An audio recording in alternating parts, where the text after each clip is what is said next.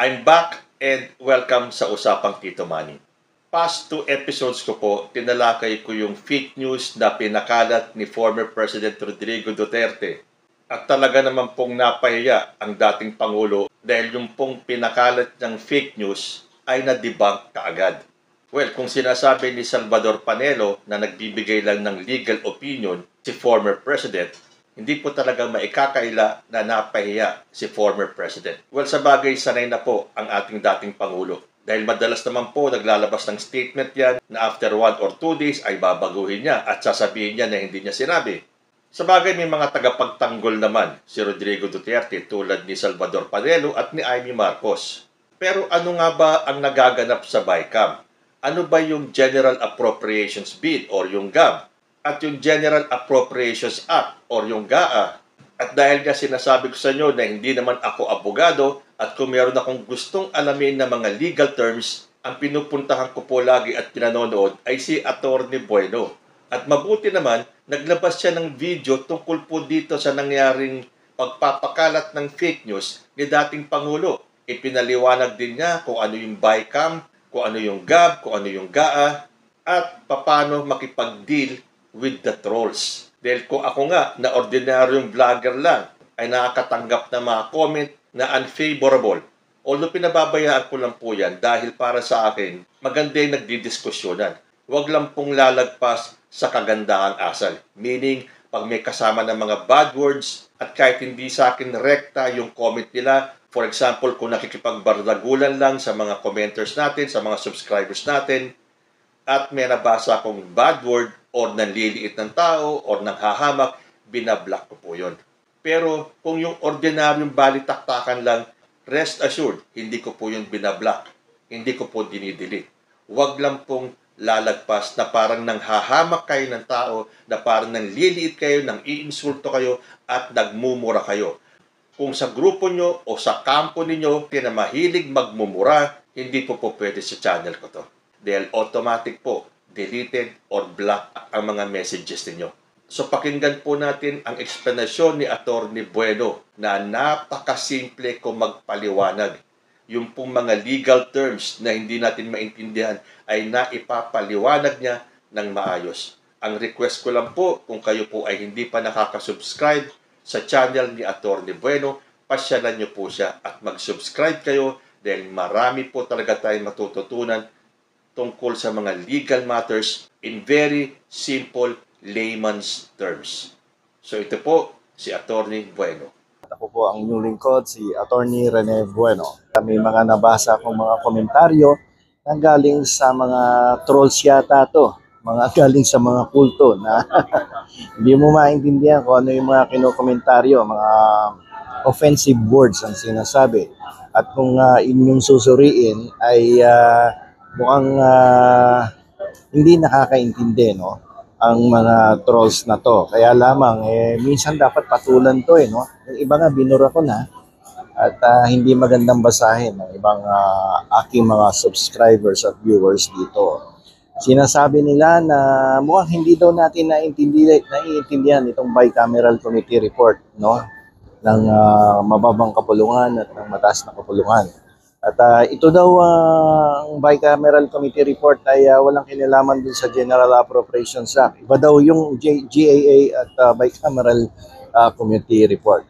So ipapaliwanag po natin itong bicameral committee report vis-a-vis the General Appropriations Act. This bicameral committee report is a very crucial document, no? This is very important in the reconciliation of the different versions of both the Senate and the House of Representatives. Kasi alam nyo, pag gumagawa kayo ng isang budget proposal, ay nagkakaiba talaga palagi ang bersyon ng mababang kapulungan at ang bersyon ng mataas na kapulungan ng ating Senado. At dahil dito, nagkakaroon tuloy ng bicameral committee. Itong bicameral committee ay tinabibilangan ng mga miyembro na nagmumula sa Senado at nagmumula sa mababang kapulungan. Pinipili diyan yung mga representante na nakakaintindi sa mga budget preparation.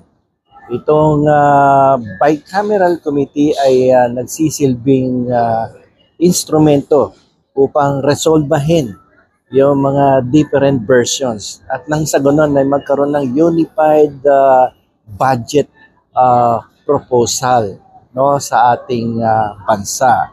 At pagkatapos nito ay nagkakaroon din dito ng compromises, no, and consensus upang tayo ay magkaroon ng upang ang dalawang houses or chamber ay magkaroon ng effective collaboration, no, sa pagprepara ng final na bersyon ng ating taunang pondo. At pagkatapos nito, dun nga magkakaroon ng final version. Kapag nagkaroon ng final version, ang ating House of Representatives and the Senate of the Philippines, ito pong bicameral committee report na to ay pinakikita sa presidente. At kapag kanya pong inayunan, ay isusumiti na ang General Appropriations Bill at pipirmahan niya. Kapag ang General Appropriations Bill ay napirmahan, ito po ay magiging isang batas. Ang tawag na dyan ay General Appropriations Act. So itong bicameral committee report is the foundation of the General Appropriations Act, no? At ito ay isang dokumento na pinapakita na meron tayong isang maliwanag, isang detalyado at hindi nagkaroon ng isang blankong entries sa General Appropriations Bill. Kasi yung bicameral committee report, sinisigurado niyan na ang proposed budget ay very clear, very detailed, and there is no single entry na blanco. Sapagkat ipinagbabawal sa ilalim ng ating batas ang pagsusumiti ng isang General Appropriations Bill na hindi klarado, hindi malinaw, at hindi detalyado at nag-iiwan ng mga blankong entries sa Appropriations Bill. Kapag ganyan po ang nangyari ay magkakaroon po ng violation of the principles of accountability and transparency. At kung sino man yung mga nakilahok sa approval ng General Appropriations Bill ay pwedeng magkaroon ng liability sa ilalim ng ating batas, lalong-lalo na nga doon sa principle of accountability and transparency.